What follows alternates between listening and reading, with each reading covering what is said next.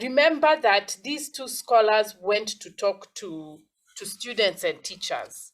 So whatever is happening in the arson, the students and the teachers already have their interpretation of those events. So that's already the first level, the students and the teachers' interpretation.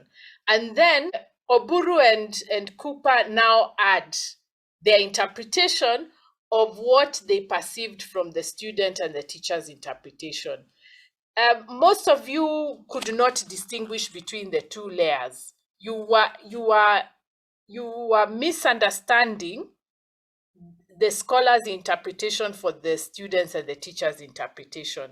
But first, before I go to who was saying what through the three layers, the first thing I need to caution you, and I didn't know, I was a bit frustrated by this, not by you, but I have made noise about this in terms of Kenyan, the way Kenyans think, which is that normally in academia, and I wish everybody would try to think a bit like this, we don't look for reasons why.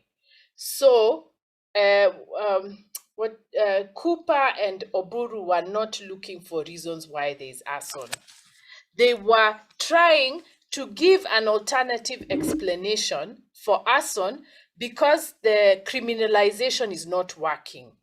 It's not working when we punish kids, criminalize them, the fires are still continuing. So of course, they can't come back and say, oh, the problem is the food, the problem is the living conditions, the problem is corruption, exam pressure. They can't just keep repeating the same thing.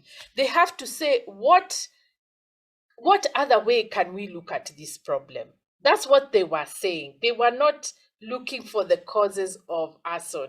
And the reason why we Kenyans fall back on that cause idea is because we have been, and Mamdani talks about this, I'll show you, we have been bombarded since the 80s. It's not always been like this.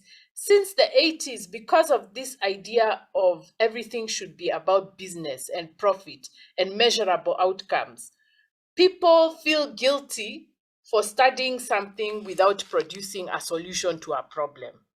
So that's what's happening. And then, like for us, when we go to the media, we would always be told, what's your solution? So we've gotten so used to that solutionist thinking that we think whenever academics are talking about problems, they are looking for a solution to the problem. They were not. They were making arguments about what the problem is. And then now it's up to us, up to the public to decide, do we want to make a change or not? So that's what they were doing. And I'll be able to sort of illustrate it to you in detail what I mean by that. So we academics, we rarely talk about solutions in our work. I know you've been told to do that in your thesis, but that's not what we do. We normally diagnose things and then offer solutions to the specific diagnosis, not to the whole problem. All right, so that's one. We are not that arrogant to say that we have the solution to arson. No, we don't say that. So what Oburu and Cooper were doing was saying this is another way we can look at the problem. All right. So we don't offer solutions and we don't ask why. Okay.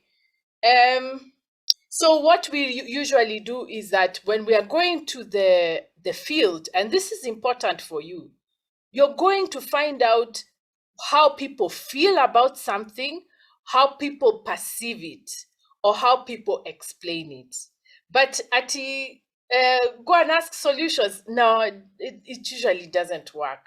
And you'll see clearer why I'm saying that. Okay, so we don't ask reasons and we don't offer solutions. All right, what we offer is diagnosis. So imagine there's a cholera outbreak.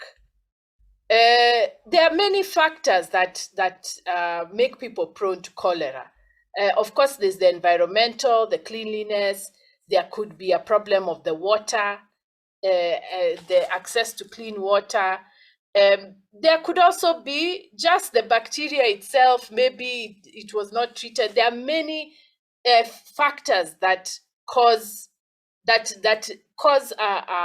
do you call, a community to for there to be an outbreak of cholera. So what academics do is they don't ask what are the factors affecting all this infection. First, they do what I told you to do last week. They look at the entire thing with a rough eye. There's no study or anything. We are assuming everyone here is fairly educated, so they can just pick out 3 or 4 things, and then you zero in on one. So if for me, I decide I'm going to talk about the environment, the environmental factors. So environment includes housing, running water, sewage disposal, space. So out of those 4, I have to pick one, and then now look at that one thing. Is there sewage disposal in this community? Why is there no sewage disposal? Who is supposed to provide it? And then you continue with that thing, or maybe you hear a story one time, somebody saying, in fact, we used to have a sewage disposal system. The MP came and destroyed it. So maybe you decide you're going to follow that. But now when you're writing your work, you're not going to come and say, now I have the solution to cholera outbreaks. No, you're saying one of the contributing factors is sewage disposal, and specifically there's this issue. So actually, what politicians are supposed to do is not come to scholarship to look for solutions. What they're supposed to do is ask, what are the conversations? So, like in Germany, they had the people who were taking care of the COVID response. It was a variety of people. There were philosophers, artists, theologians, because you have to talk about death and what it does to the soul, and what are people's religious beliefs about death. Then, of course, the medics, obviously. So you have an all-round table so that everybody comes and says, from my perspective, this is what happens. From my perspective, this is what happens, like that. So that's politics. Politics is bringing all those sides together and saying, this is what we need to do, and arguing back and forth. Like, for example, somebody can say, no, these artists are being devilish, they are not accepting whatever. So you fight it out, or you argue it out. Which one, how far should I go with an artistic response, and how far should I go with a religious response? But that space where we all come together is what is politics. And the failure in Africa is to bring those ideas together. So I'm sorry, but I don't know what you've been told. You're not going to solve world hunger. You're not going to be read by any any big shot, any president. And usually, unfortunately, academics like to flatter themselves that that's their job. What happens is that from us in the academy, we come to politics, meaning society. So we in the academy will say, we've studied this, this is what we've seen. People in the church will say, this is what the Lord says. People in the arts will say, this is how people feel. People in medicine will say, these are the physical challenges we are talking about. So everybody comes together to sort out an issue that is facing all of us, because COVID is not going to affect only one person. It's not only going to affect doctors. It's not only going to affect media people. It's all of us together. And so we all must come together with our different perspectives from our different professions, experiences, and insights. And then we have a conversation about what do we do.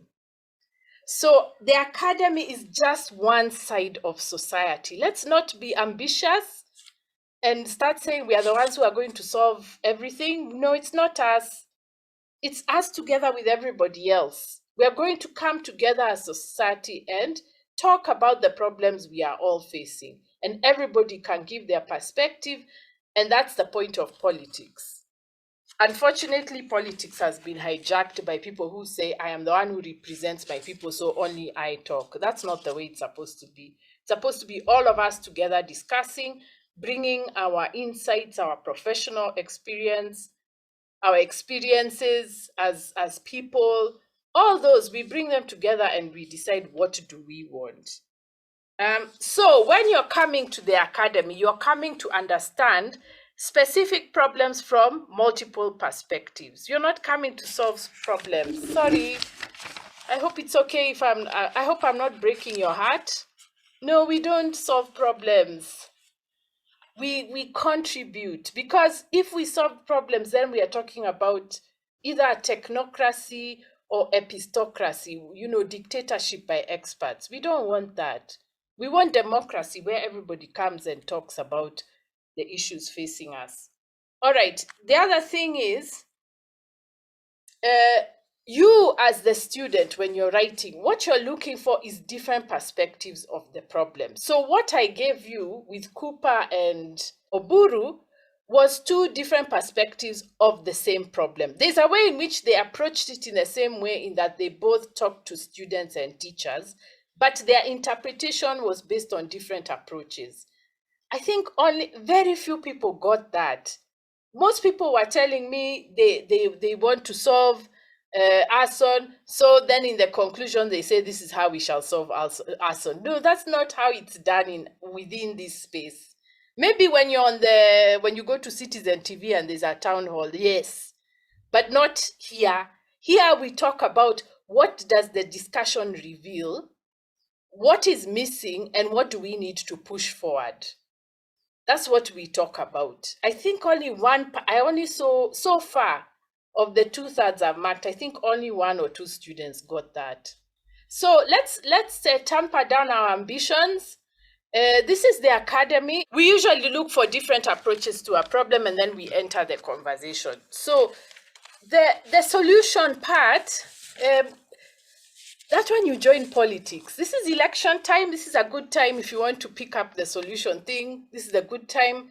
Declare that you're running, offer the people a solution, let them talk about it, and we are good to go. But in the academy, we are a bit more realistic, but also we seek to understand the problems better. That's why we take more time to look at the details. Okay.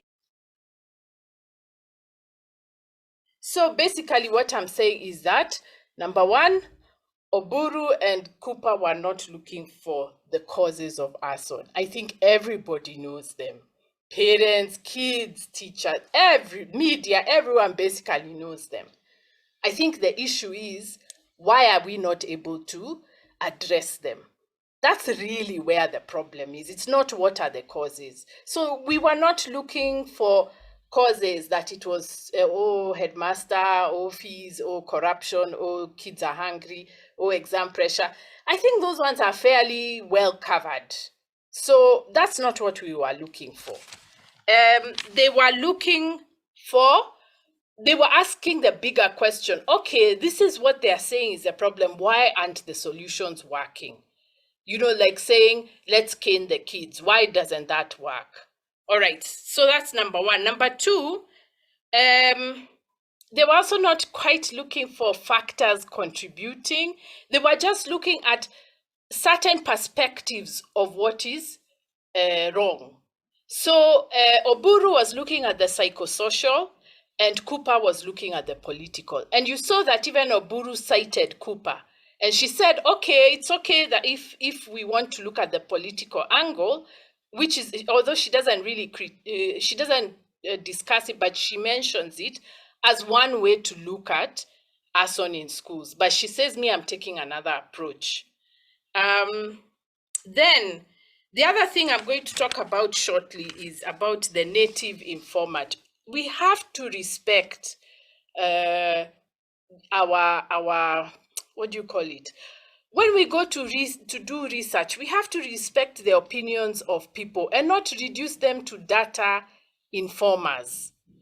And I think that's why people did not understand the difference between what the teachers were saying and what Dr. Oburu was saying about the Children's Act. Nobody so far has understood that point. It was very subtle. When she's saying that the teachers are disempowered, it is her interpretation of what the teachers are saying. But the teachers interpret the Children's Act differently. So I'm just going to show you what the difference is so that you can get the sense of there are different people in this conversation. There are the respondents, there are the scholars, and then there's you. Everybody has an opinion that comes from a slightly different perspective than the other. And the next thing I want to say is restoring calm is not that's not our job as academics.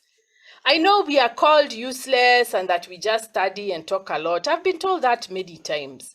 But me, if you check the solutions I have, they have nothing to do with the politics I talk about.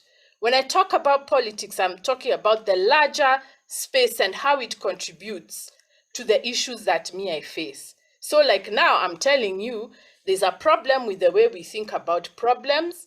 We have narrowed, our minds are narrowed to solutions because of the political atmosphere we are in, where thinking is ridiculed, and we are told that unless we have money and unless we are STEM, we have nothing to contribute to the economy. So that's the environment we are in.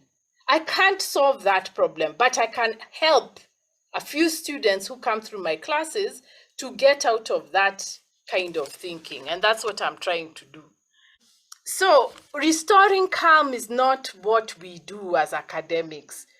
Of course, we want the calm restored, but now that one, we have to become activists for that one. As academics, our job is to understand what is this about? Why is it happening? And then explain it in a way that is clearer, and then it becomes processed for the next action, which is political action. So please, I hope I'm not confusing you here, but I think you'll get what I'm saying eventually. That part of our problem is that we've been so bombarded that we must produce solutions that we are no longer doing the rigorous thinking. We are skipping over understanding problems so that we can jump to solutions in case we feel useless. Please do not feel useless. There's no knowledge that is useless. I have a few diagrams to show you visually what I'm talking about. When you pick Cooper's article, there are 4 elements that you're supposed to look at. There's the argument. What is she arguing? Because she's actually making an argument. She's not trying to find causes or propose solutions. Then there's the evidence. What evidence does she collect to make her argument? And then, of course, when we are talking about evidence, we are talking about how does she collect it? That's the method. Then you have the interpretation of evidence. Interpretation means, what does the author think that the evidence means? Okay, please, that note, what does the author think? Okay, so what the author thinks is different from what the respondents think. And it's important to be able to distinguish those two. And then when it comes to the conclusion, the author is saying, this interpretation of mine implies this. So sometimes it may imply some political action, like putting resources into a certain thing, but not all the time. And I'll show you. I'm only going to do this for Cooper. I want you to do the same on your own for Oburu's article. All right. So this is the argument that Cooper is making. She's saying that arson it's a reflection of how we Kenyans protest in politics. That one everybody got. But people understood her to be saying, this is what it is. No, it was her argument. Please, And that's not to say nobody else has made the same argument, because even the kids have made that argument. It's just to say, for the purpose of this paper we were reading, that is her argument. All right? So that's her argument, that she tied arson to the way we Kenyans protest in politics. So what is the evidence that she gave us? She gave us mainly 2 things. One was a historical overview of arson in Kenya. So she traced, I think, the first school strike was in 1908, if I'm not wrong. And because of this, my dear students, that means we cannot be talking about the current generation, because it means that this problem has been there for a while. So some of you are saying the current generation thinks this, and that's the mistake we have made as the Kenyan public. We think that this is a new thing. It's not a new thing. It's over 100 years old. Then she also collected data from the students, meaning she went and interviewed them and heard what they had to say. Then when it comes to the interpretation, please remember, we are talking about what the author thinks of the evidence. We're not talking about what the students think. We're talking about what the author thinks. So this is what she said. She said that disempowerment is similar to what we citizens experience. Then she also says that the desperation preceding the arson is similar. So when we feel so disempowered that our vote doesn't count, that our voice doesn't count, then we do the same thing, both the students and the members of the public. And then she says that the way authorities react to our protest is the same, whether it's in school or in political life. So they refuse to listen to us. That's what I mean by deafness. They refuse to listen to us or to our issues. And then if we protest too much, they bring the cops. So whether you're talking about the school, the university, or elections, the way the authorities respond is the same. That's what she's saying. By the way, I'm not saying this is how it is in real life. It could be, but this is what I'm talking about, what she's saying. So what is the conclusion? In other words, what does she say her interpretation implies? Note the interpretation of the evidence, not the evidence, but the interpretation. So she says that Kenya is based on a disciplinary culture that makes arson inevitable, both in schools and in larger political life. Basically, she's saying it's the way we've organized our politics that makes arson possible. Now, in the media, if Sophia Wanuna heard this, should say, so what is your solution? That's not the point for us. The point is, we need to change our politics if we are to stop the arson. But more than that, the point isn't to stop the arson. The point is to change our politics. It's to say we have a rotten system of politics that crushes expression, crushes democratic solution finding, and forces people to resort to violence if they are to be heard. That is what we need to change. And it will solve not only the schools the problem in the schools, but problem in politics and everywhere else. Because this problem is not unique to the schools. So there's no solution here. I mean, not the kind that the media will want or that government civil servants will ask for. There's none. And it's okay. It just means that we understand our politics better. And we understand the implications of lack of democracy. Lack of democracy affects us not just at the ballot box, it also affects us at work, it affects us in the schools, it affects us everywhere. So this is just one way in which the school problem is a manifestation of the structural problems of Kenyan society. So what I want you to do is to do a similar table like this with Dr. Oburu's article. What is her argument? What is her evidence? How does she interpret the evidence? And what does she conclude? All right, now let me go to her article.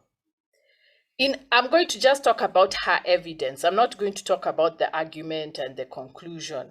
I'm just going to talk about her evidence and her interpretation.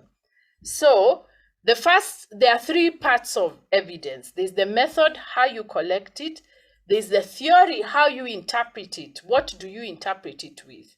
And then there's the data, the actual results that you get from the field or from the text, whatever research you're doing, whatever you collect is the data.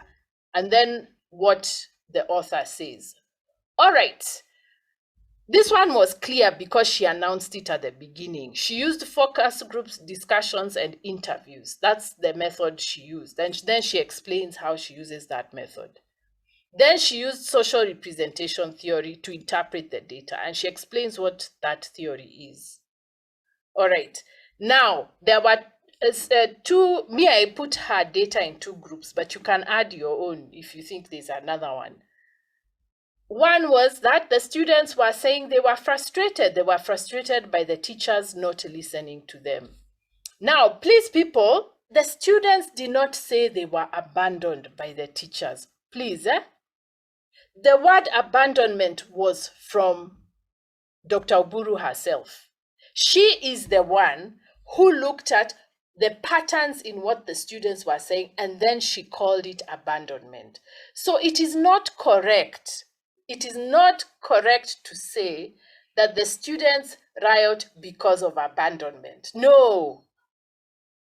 It is Dr. Oburu who is suggesting that one of the problems affecting our teenagers is their feeling of abandonment.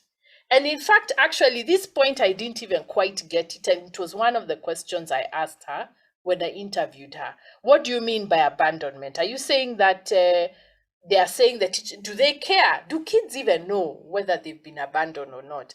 And then she explains that what happens with children is that they expect some kind of authority and care from the adults. And authority doesn't mean beating, it means direction. They want to hear some direction. What should they do? That's what kids want to hear from adults. So when the adults fail to do that, the kids know something is wrong, but they can't call it abandonment because they don't have that word. Abandonment is the specialist's word. And remember, Dr. Oburu is a psychologist.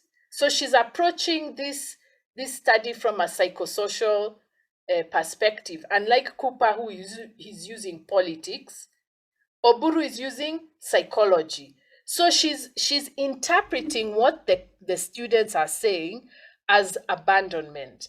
And in fact, when I asked her, that's when she explained to me, children generally expect some kind of direction from adults, and when they don't get it, they feel abandoned. They feel like they are being told to sort it out themselves. And yet they are the kids, they don't know what to do. They are coming to school precisely because they are assuming that the adults know what should be done or what is a good thing to do. So when the adults don't give direction, they feel abandoned.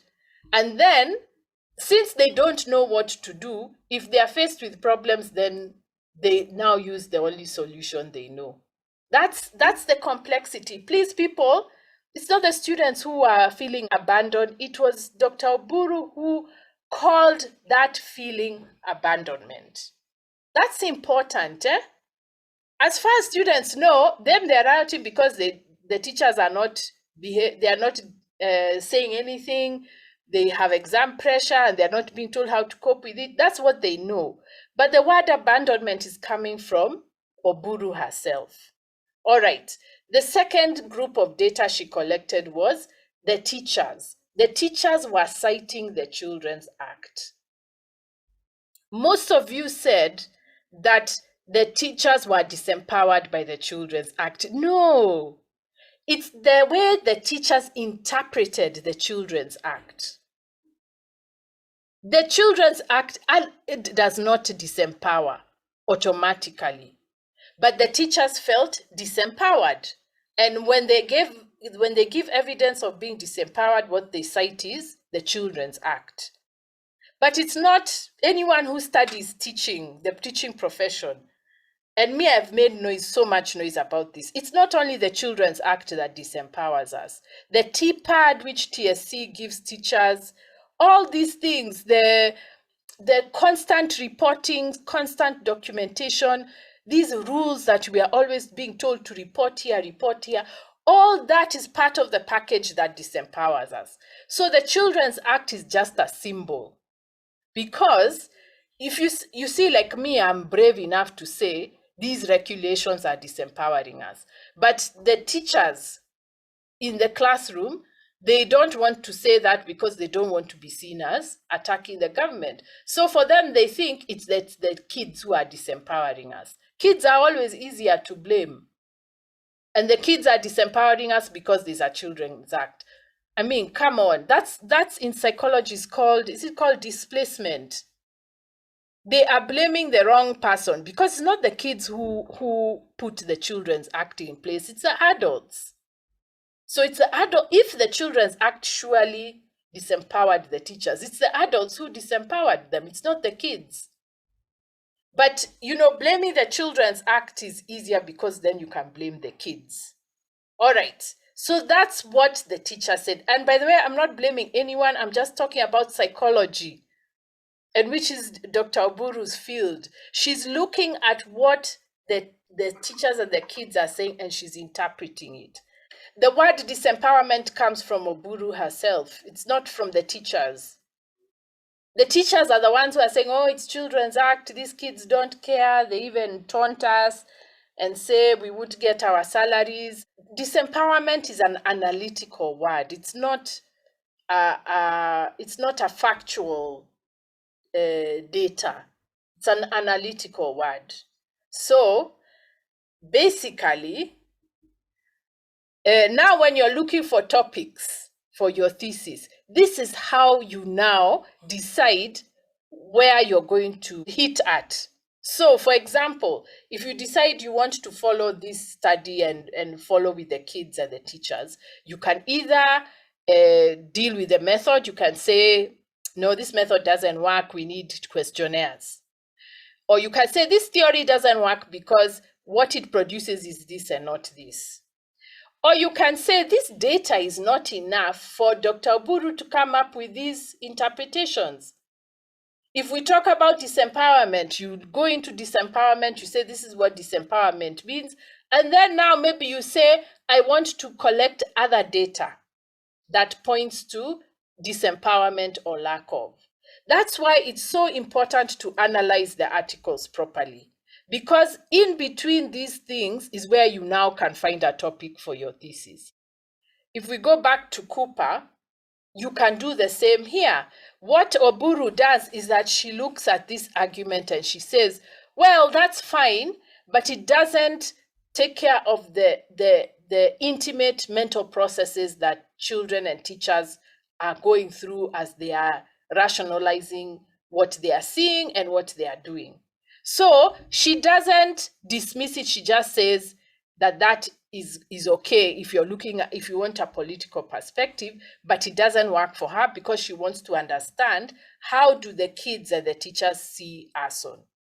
Okay, then you can also do the same. You can say you need extra evidence, so you look at this evidence that Cooper collected and you say that's not enough. I want to go into the archives of ministry documents. And some of you even noticed that Cooper said that the government does not keep records of what happens. So that already is a big problem. So one of you might decide, since you're in communication and you talk about information, maybe you want to go and see what kind of data does the Ministry of Education actually keep. Then others might say the evidence, the way Cooper interpreted, I don't doubt her evidence, but I think she misinterpreted it, or that the evidence can be interpreted differently.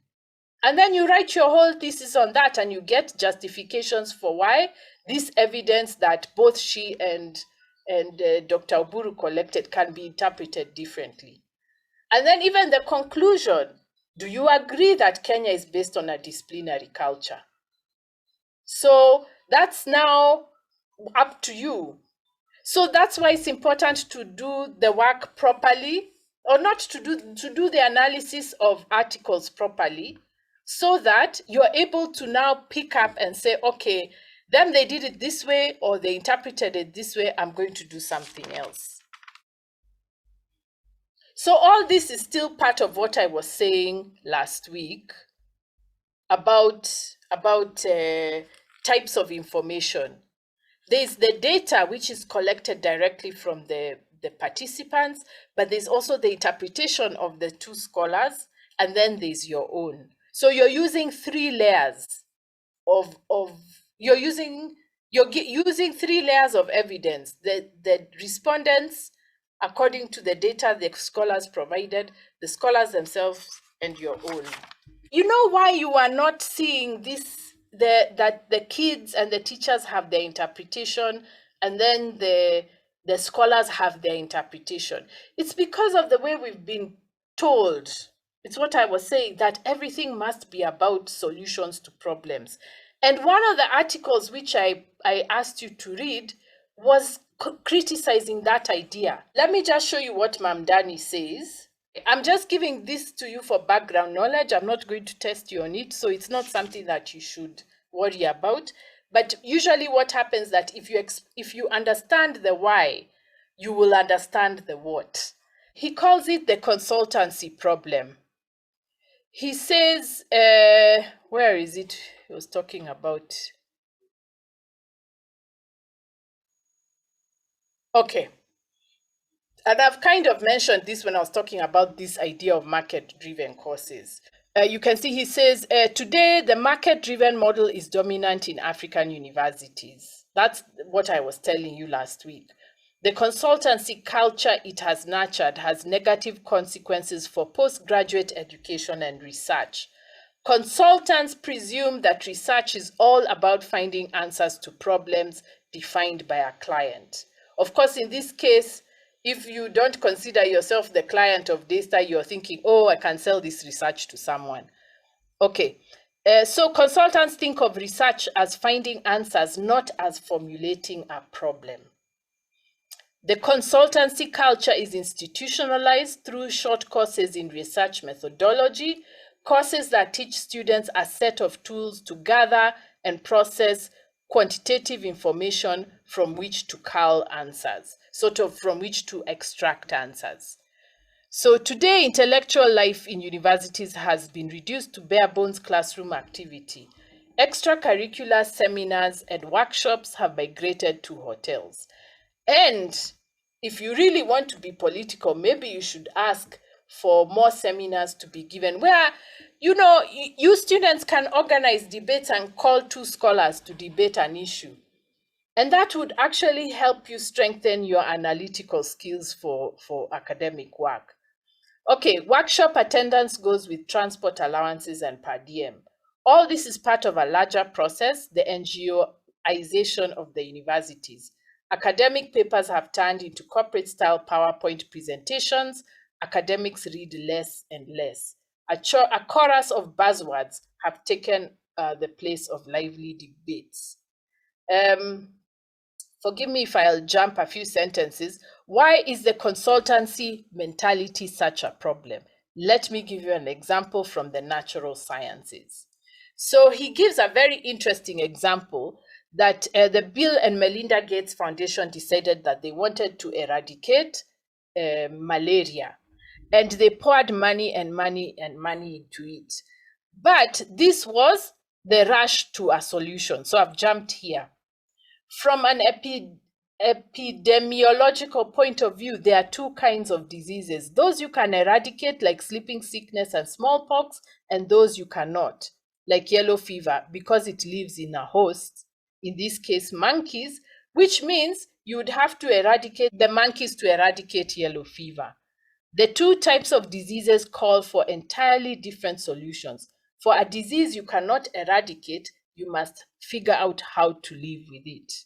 So that is, he's saying that this eradication mentality does not work for all problems, which is what you people were suggesting. How do we stop the arson? That's an eradication mentality, because arson is a sign of a deeper problem. It's not the problem. If you don't diagnose arson properly, you can be doing what the police do, which is to threaten kids with arrest. But does that help? No, it doesn't. And it's what I was saying last time about perverse incentives.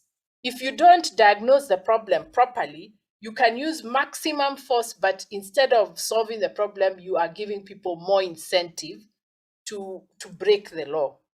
So eradication calls for a laboratory-based strategy. You look for isolated human communities like islands with small populations and invest all your resources into it, which is what the Gates Foundation and WHO did. But living with malaria requires you to spend your monies in communities with large representative populations. So, people, the solution doesn't work. And your job, unfortunately, you are the generation who are suffering from the result of that culture being perpetrated in the universities. And it started being perpetrated in the 80s. It was not always like that. So I don't know whether you've had anyone criticize it, but I am going to be one of them. We cannot look at knowledge all the time as something to solve. Sometimes what we need to do is to understand so that we can live better with the problems that we have. And in Oburu's case, what she's saying is a really wonderful point that I like. She's saying, we, the adults, have to take care of our children. We have to be invested in our children. We need to stop feeling disempowered. And we have to take charge. And taking charge doesn't mean beating them, which is what the CS was saying. The CS, one of them quoted as CS. It's not beating kids. It's taking leadership, showing kids this is what you do when you're sad, when you want to express your view about something. This is how you do it. And like for me, the way, if you see me, the way I teach my undergrads, I go over those things like as if they don't know. I don't assume they know. I tell them again and again. And the same thing even with my son. I tell him again and again. I assume he doesn't know. If he knows, he'll tell me. But I'm assuming I'm the adult. I have to tell him these things because somebody has to tell him. And when he's with me, I'm the one to tell him what to do. And not instructions. I'm the one to explain to him why things work the way they work. I'm the one to explain to him where these politicians are coming from and why they are behaving like that. It's me to tell him.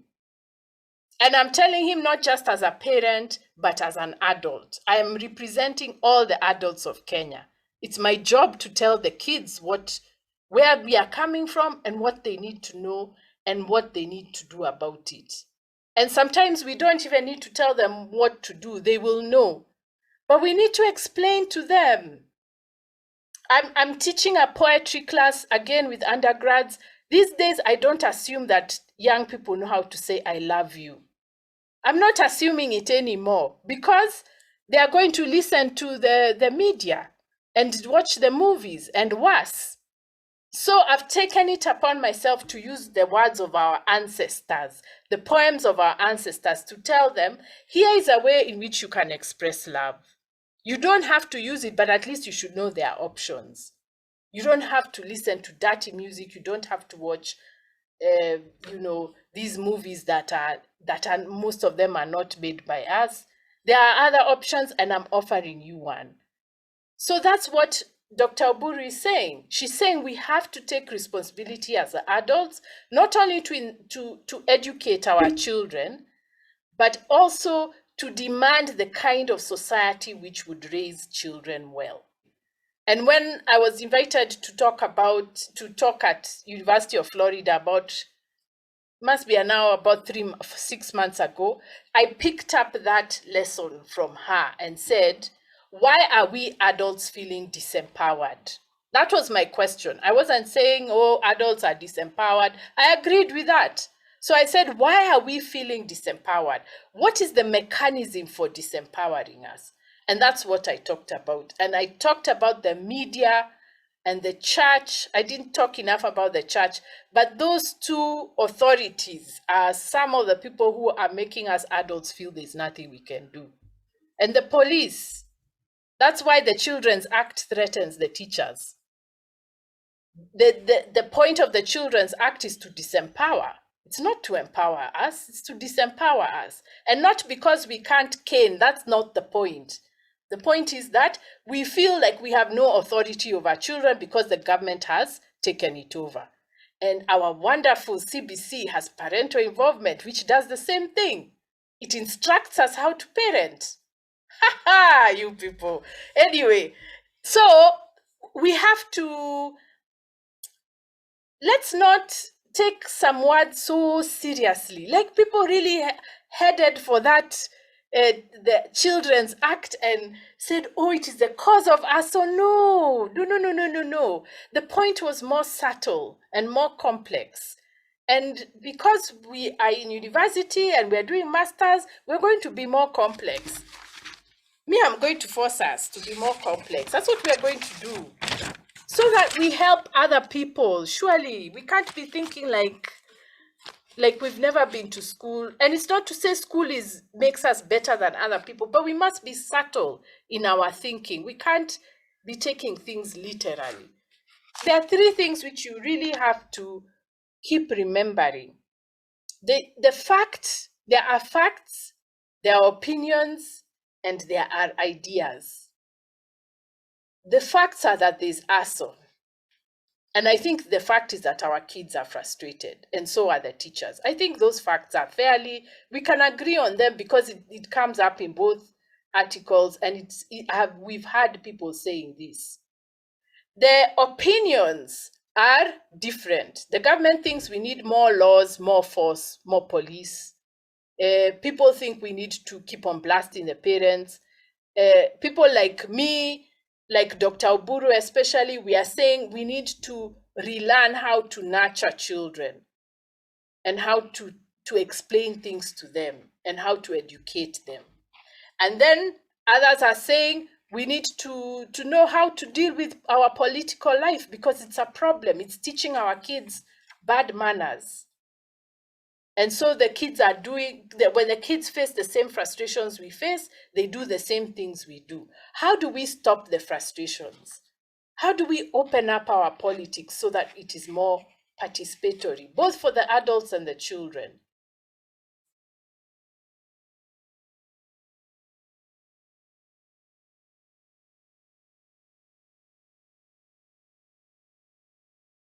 I don't agree with saying what is missing. And I think I said that last week. What you do when parental involvement is not addressed, look for other articles. You're not going to find it with Oburu and Cooper because that's not their concern. That's what I was saying.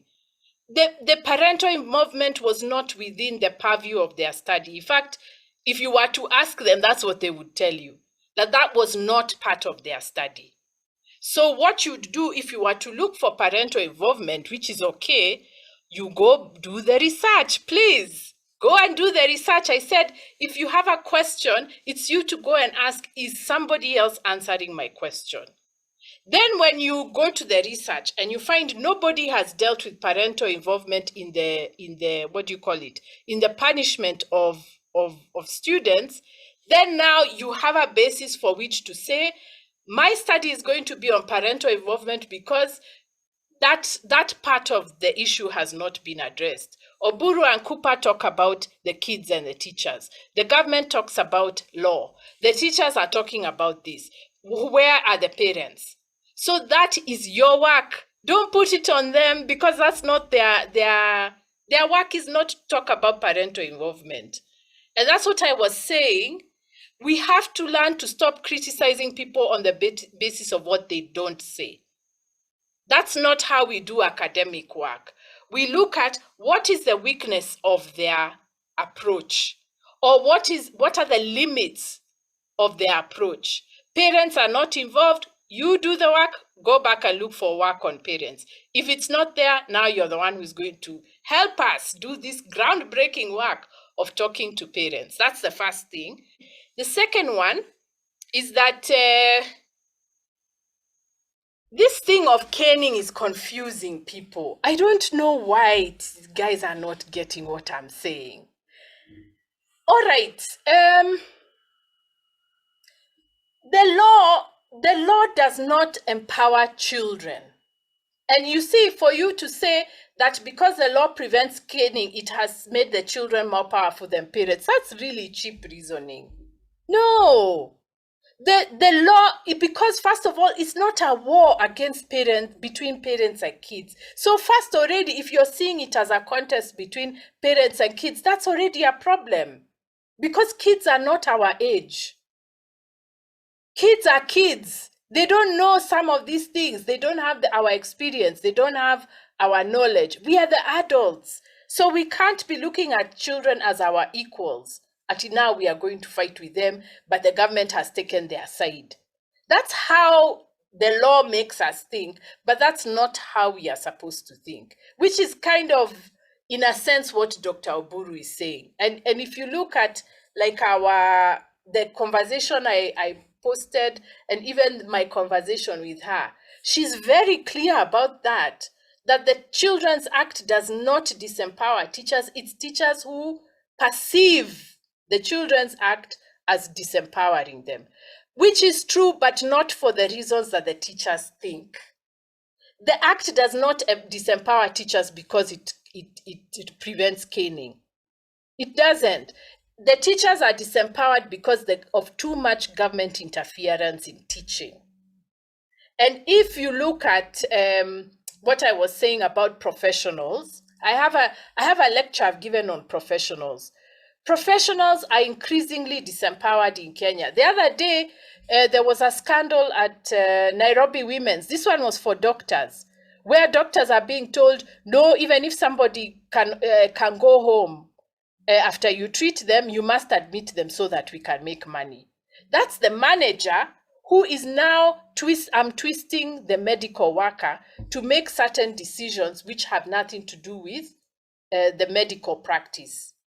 So that's a thing that has happened with teachers. Teachers have tapered, they have too much work, they are reporting too many times, but most of all, and you media people, some of you are here, you've talked so badly about teachers for the last 20 years.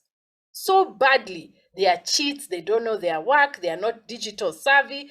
You've said all these things until teachers feel so small, they have no confidence to tell kids, this is what I think you should do. And then on top of that, because they're overwhelmed with work, and this was said, I think, by Dr. Oburu, because they're overwhelmed with work, they don't have time to intervene in the private lives of children. And from around 0 to 18, surely children need more than just telling them in a classroom, do this, do that, do that. They need to be told, you don't make fun of your friend like that. Understand, help your friend. These two small things which you tell kids at home. The teachers need to also do that. But if they try to invest their lives in the lives of the children, the headmaster, especially if it's a private school, will tell them, no, this is not coming in the exam. No, this will not bring us money. So the disempowerment of teachers is a global, it's not global, it's an all-round disempowerment. But when you have a Children's Act, it's easy to put all the blame on the Children's Act. But that's not the problem. The problem is a bigger structural problem. And the teachers don't know this because they haven't had time to analyze it. Who is going to do that analysis? It's us. It's us to go and tell them, no, that's not what it is. You need to get rid of TPAD. You need to have better working conditions. You need to have more say in curriculum and how we teach. We need to stop having a Minister of Education who is insulting teachers. It's a whole round thing, but teachers have found the one thing nobody blames teachers for saying is that the children are empowered. That one, everybody agrees with them. But if teachers try to say we are underpaid, then you just see the press saying, oh, these teachers, they are greedy and they are what? If the teachers try to say we were not consulted in TSC, Sophia Wanuna will say, do you want us to go back to 844? I mean, come on, people. These are the people taking care of your children. You have to talk about them better than you're doing. You have to support them. So if you're saying all these things about them out there, please, they will be disempowered. They will forever feel disempowered even if you lift the Children's Act. They are still disempowered. The Children's Act is a very good scapegoat. It works perfectly. It works very well. Anytime a teacher says, oh, it's because these kids are whatever, then everyone is saying, yeah, these kids. People, as we went to school, and you've been in my class, We have to think better than that. My students are B.Ed students, of course. They were telling me what they've seen in the schools they don't think they are going to teach. Can you imagine? My nice Daystar students who I have told they have to love kids and they have to enjoy doing things with kids. That's what they are saying. They said what they saw on TP, the teachers are disempowered and tired. That's not Children's Act, people. It's more than that. It's a fundamental disrespect for work and expertise and a refusal to be adults.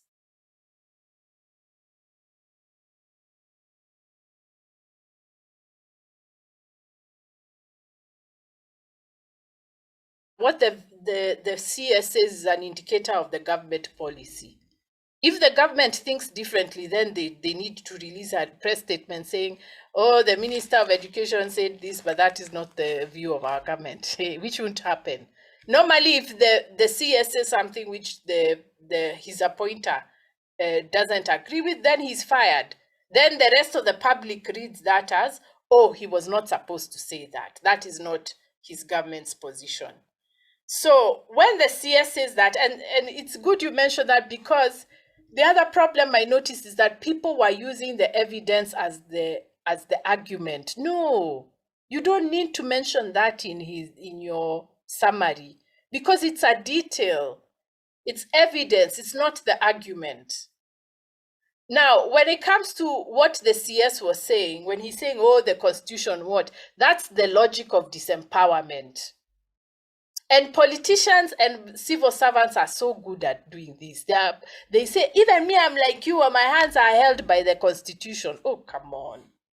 So even we were told that about BBI or about corruption. Sasa mnataka nifanye nini? Come on. But this is a tactic politicians often use. They try to suggest they're as powerless as us wananchi. And these days, Kenyans have been refusing. Like when a politician goes to Twitter to complain, oh, why is the government doing this? Kenyans tell him, hiya, you are the MP.